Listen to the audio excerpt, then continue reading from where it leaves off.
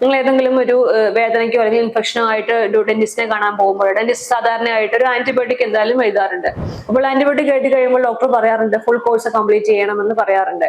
പക്ഷെ പലപ്പോഴും പേഷ്യൻസ് ഇത് ശ്രദ്ധിക്കാറില്ല. ആന്റിബയോട്ടിക് ഒരു പേഷ്യന്റിന് കൊടുക്കുന്നത് അത് ആ പേഷ്യന്റിന്റെ ഹൈറ്റ്, വെയിറ്റ്, അവരുടെ ആ ഇൻഫെക്ഷന്റെ സിവിയറിറ്റി എത്രമാത്രമാണ്, അതുപോലെ തന്നെ ഈ ആന്റിബയോട്ടിക് ഈ ഒരു ഗുളിക നമ്മൾ കഴിച്ചാൽ അത് എത്ര സമയം നമ്മളുടെ ശരീരത്തിൽ അതിന്റെ എഫക്റ്റ് ഉണ്ടാവും, ഇതനുസരിച്ചിട്ടാണ് നമ്മൾ അതിന്റെ ഒരു ഡോസ് എഴുതുന്നത്. അതായത് ചിലപ്പോൾ നമ്മൾ 500 മില്ലിഗ്രാം ആവാം, 625 ആവാം, അത് ചിലപ്പോൾ ഡെയിലി ഒരെണ്ണമായിരിക്കാം, 2 എണ്ണമായിരിക്കാം, 3 എണ്ണമായിരിക്കാം. അത് നമ്മൾ എഴുതുന്ന മെഡിസിന്റെ ഡോസ് അനുസരിച്ചിട്ടാണ് നമ്മൾ എഴുതാറ്. പക്ഷെ പേഷ്യൻസ് പലപ്പോഴും 1-2 ദിവസം മെഡിസിൻ എടുത്തതിന് ശേഷം പെയിൻ കുറഞ്ഞാല് പിന്നെ ആന്റിബയോട്ടിക്കിന്റെ ബാക്കി മെഡിസിൻസ് കഴിക്കാതിരിക്കുന്നതായിട്ട് കാണാറുണ്ട്.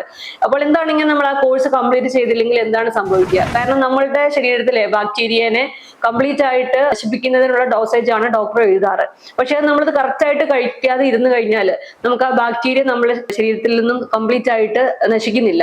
കാരണം അതായത് നമ്മൾ കഴിക്കുന്ന മെഡിസിന്റെ ഡോസ് കുറയുകയാണ് ചെയ്യുന്നത്. അപ്പോൾ ആ ബാക്ടീരിയനെ നശിപ്പിക്കുന്നതിന് ആവശ്യമായ ഡോസേജ് നമ്മൾ കഴിച്ചില്ലെങ്കിൽ ബാക്ടീരിയ കൂടുതൽ സ്ട്രോങ് ആയിട്ട് മാറുന്നു.